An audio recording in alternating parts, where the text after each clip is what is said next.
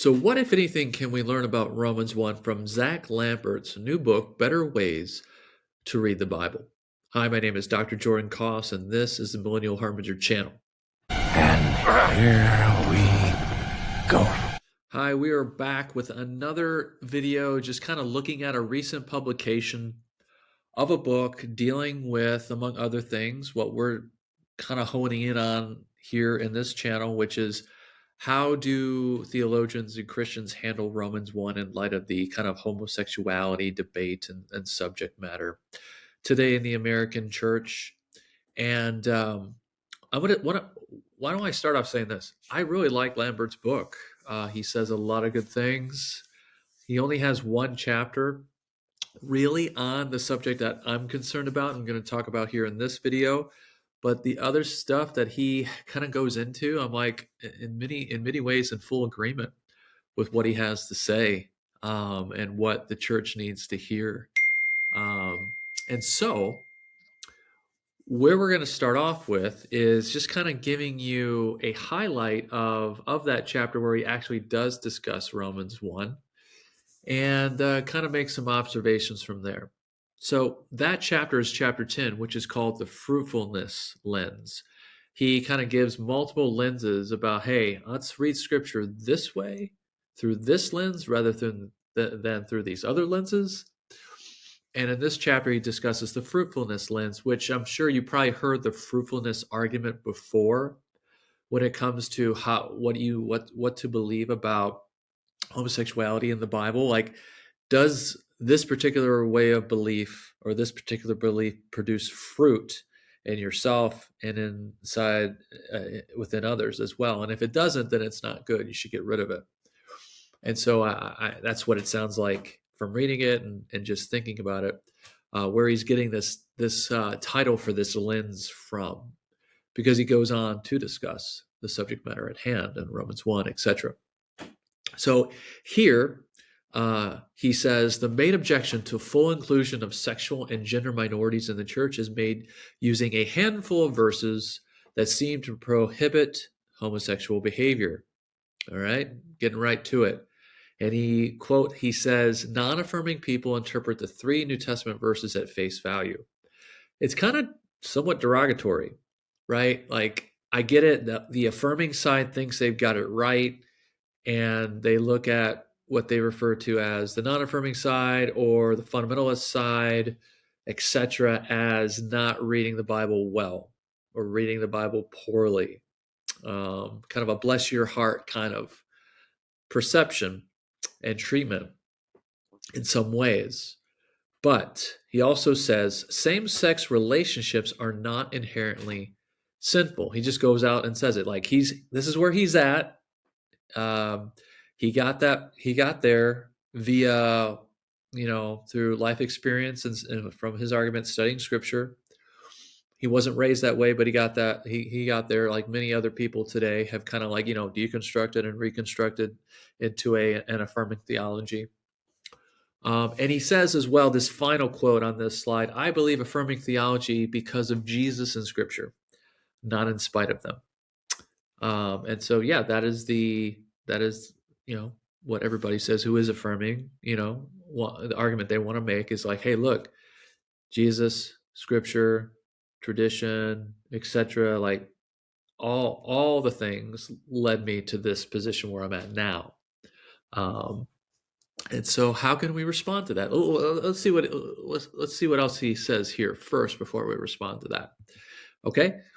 So in terms of more of the fruitfulness lens, he says the foundational belief of affirming theology is that the homosexuality forbidden in Scripture is not the same thing as the loving and equitable same-sex relationships we see today. So here, Lambert is reiterating the very same arguments we've been looking at from Vines and others in the previous, 40 plus videos. Instead, he says it's about power and abuse and unrestrained lust. So there's that excessive lust view of Vines, and that others have taken up the mantle as well. It's exploitative practices that we should still condemn today. We should condemn them then, that Paul did, and we should still condemn them today. So it's that excessive lust view that Lambert's picking up and carrying the mantle forward himself. Another quote from the chapter is loving and equitable same-sex relationships as we understand them in modern times did not exist in the biblical world. And that is an assumption. That is I don't know, like, because you have plenty of sociologists, Christian and not Christian, who would say that's just not right. But here, Lambert claims that that is historically accurate, and that many non-affirming scholars concede that point. And I'm like, well, can you reference them in a footnote? Who concedes that? Because I don't know anybody who concedes that. It would have been really good if he would have done so to actually discuss who concedes that, etc. But he doesn't, and I don't agree with that statement within that chapter, as well as many others don't agree with that. But so here's some observations about his fruitfulness lens. Again, it's like if it's not producing fruit in you and others, you need to get rid of it. All right, it's an interesting lens or hermeneutical tool, right, to approach this subject matter with. But here's 5 observations, at least, that I've got on this slide. He says Romans 1 is not directly, or he doesn't say this, but this is my observation. Romans 1 is not directly mentioned or discussed at all within the chapter, which I've been kind of a little bummed that he didn't decide to kind of discuss that much at all.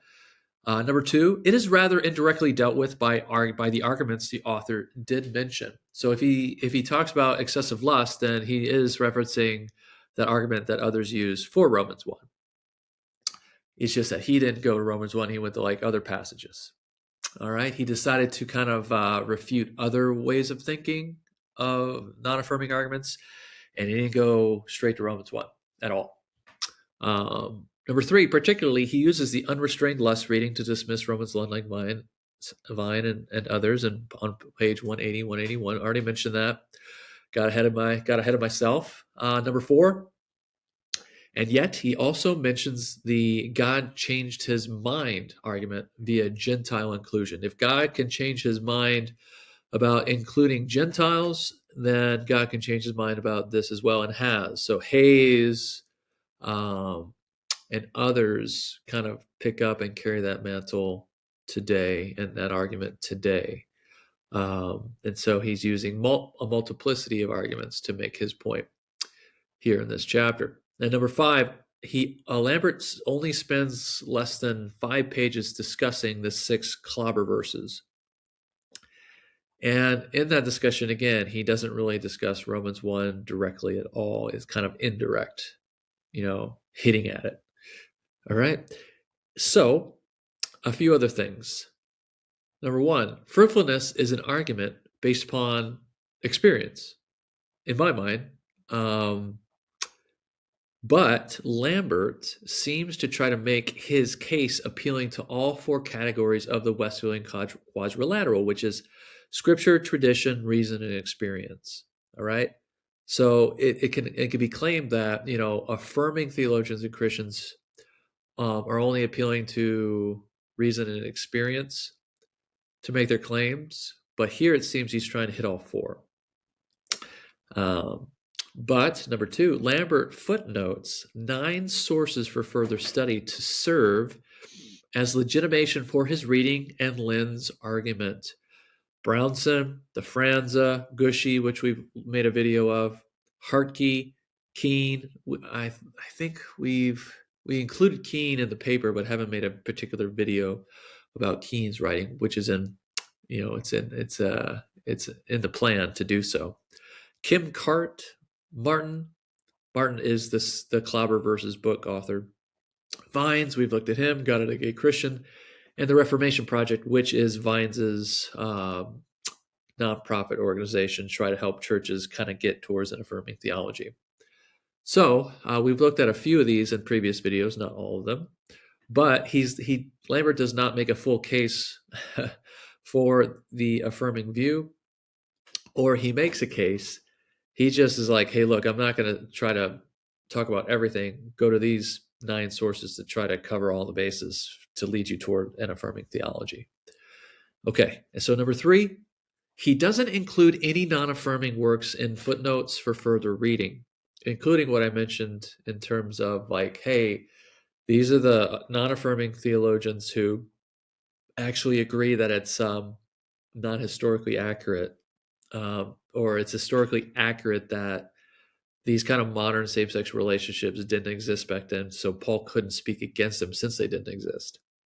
All right, so I wish he would be like, hey, here's a couple good non-affirming sources to look at to kind of like check what I'm saying here. But he doesn't do that. All right. And what's interesting in number 4 here, he doesn't include one scholar's name, and the name of that scholar is William Loader. Now, why is that interesting? Well, if you're familiar with William Loader's work or not, William Loader has written kind of a lot of material on this subject. And one of the things that we're going to look at in a separate video is his article, Reading Romans 1 on Homosexuality in Light of Biblical Jewish and Greco-Roman Perspectives of its Time, which was published back in 2017. And it serves as somewhat of a summation of a lot of his work and thought on this subject. Now, Loader is affirming, but he says all affirming readings of Romans 1 are wrong, right? As Paul is condemning homosexuality there as the least controversial of stances that he could choose from to mention, as he was in search of common ground with his listeners. Like, hey, look, guys, like I'm upholding Torah. Like, look, see, homosexual relations are wrong. We all can get on board with that, right, guys? So that's what Loader is saying by saying that. So that's interesting, but he's still an affirming author, and now why he is, we can go into that in the video that's going to come up soon, in the next 1 or 2 of them.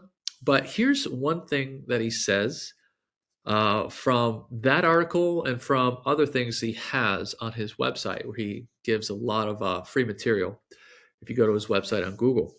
So he says a fundamentalist or a quasi-fundamentalist stance does not, to my mind, take scripture seriously. All right. He's calling them fundamentalist or quasi-fundamentalist. Who's he calling? Well, let's see. But treats it as a timeless authority, though in most cases, rather selectively. I see some people taking such a stance when they try to argue that Paul never meant what he said in the way I outlined it above, but was targeting only abusive same-sex relations such as pederasty or the like, whereas Romans 1:27 assumes consensual passion. Right? I see others doing the same when they argue that most uncharacteristically, Paul here is condemning only the acts. That is so unlike Paul. Trying to stay in harmony with Paul, they distort what he says to make it fit their views. I see people doing this who affirm gay rights and who deny them. Neither approach takes scripture seriously. So he's basically calling both affirming and non-affirming theologians fundamentalists or quasi-fundamentalists, based upon the arguments that they're trying to use. Now he references, I believe, Gagnon in multiple places in his writings, but Gagnon, who says it's only acts that are sinful, not the thoughts, not the temptation, right? He disagrees with that non-affirming view, but he also disagrees, as he mentioned specifically here, this stance that Paul's only talking about abusive same-sex relations or the excessive lust viewpoint. Like Loader saying the excessive lust view is wrong, and like, man, that's kind of a big blow to like Lambert himself, right? Who's making that case within the book that we're looking at in this video, Vines and others. So he's Loader's calling it fundamentalist or quasi-fundamentalist to try to make Paul say something that he's not saying in Romans 1, which Loader's saying he is condemning homosexual relations in Romans 1. So pretty interesting. Basically, Loader's saying both sides are wrong. Everybody's got it wrong. Let me show you how to get it right. So that was one of the things I want to show you that he said. And so, in thinking of a better way to read Romans 1 in response to Lambert's new book, affirming readings, again, according to Loader, are fundamentalists or quasi-fundamentalists, which is just very, I don't know, funny, ironic. Lambert's take on homosexuality, therefore, is one of those fundamentals, quasi-fundamentals that Loder says. And his take is also, therefore, as we've mentioned many times before, disenchanted by not recognizing perhaps some important things, concepts, ideas that Paul is emphasizing within the text. And to kind of end with this thought real quick, Heiser's Divine Council worldview, or Deuteronomy 32 worldview, opens us up to a better way, or the better way of reading Romans 1 via the supernatural worldview of Jews and Christians that is unchanging, right? Because Loder gets to an affirming position because he's like, hey, look, the way we think about scriptural authority, like everything that they had to say was like right. There's no way we can question it. Their assumptions, their thoughts, everything we see in scripture, they're right on everything. Loder's not there. And many other affirming theologians kind of like take a similar trajectory or hermeneutic when it comes to getting to an affirming stance. Because they don't see how they can get there. They, as Loder, just take Paul at his word in Romans 1. Loder mentions how he's just like, we don't live by those same assumptions that Paul has. Therefore, we can perhaps say or ignore the Leviticus prohibitions and get to an affirming reading, affirming understanding. But I think, as we've been kind of arguing all throughout this channel, Heiser has opened us up and opened our eyes to a lot of different things in Scripture, kind of paradigm shifting with his work, The Unseen Realm, which the second edition was recently published, and I've got it in my room. Finally, got it in the mail. It is a better or the better way of reading Romans 1 to kind of really get at perhaps what Paul is saying there on this subject, to re-enchant our understanding, to get at what Paul is really saying from the foundational understanding upon which he's making this argument about same-sex relations here in Romans 1. And it's something that doesn't change, that fundamental foundational understanding of this world, that doesn't change between Romans 1, first century, and today, 21st century. But those are a couple observations I wanted to make based upon Lambert's new book and the brief conversation he did have in the Fruitfulness Lens chapter 10. I believe it's the last chapter. I think, don't quote me, in his book. But guys, hey, that's what I've got. Now, would I recommend his book? Yeah, the other stuff he's got in this book, yeah, it's good. It's good. It's great. It's helpful. I don't recommend the chapter he wrote on this, though, that we've looked at in terms of Romans 1 and the topic of homosexual relations.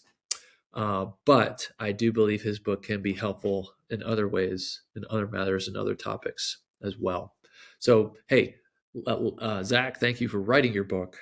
I disagree with you on one thing, but I appreciate you and your example and your church in Austin and what you guys are doing there as well.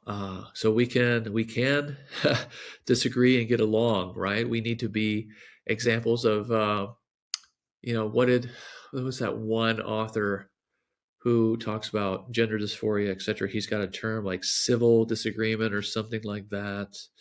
But there is a good way of having a conversation and now disagreeing with this volatile topic, and at the same time maintaining friendships and some sort of Christian unity and a loving treatment in the midst of, again, one of the most controversial subjects and topics in the American church today. Okay, guys, I'm getting wordy. I'm going to cut this one off and in this video for today.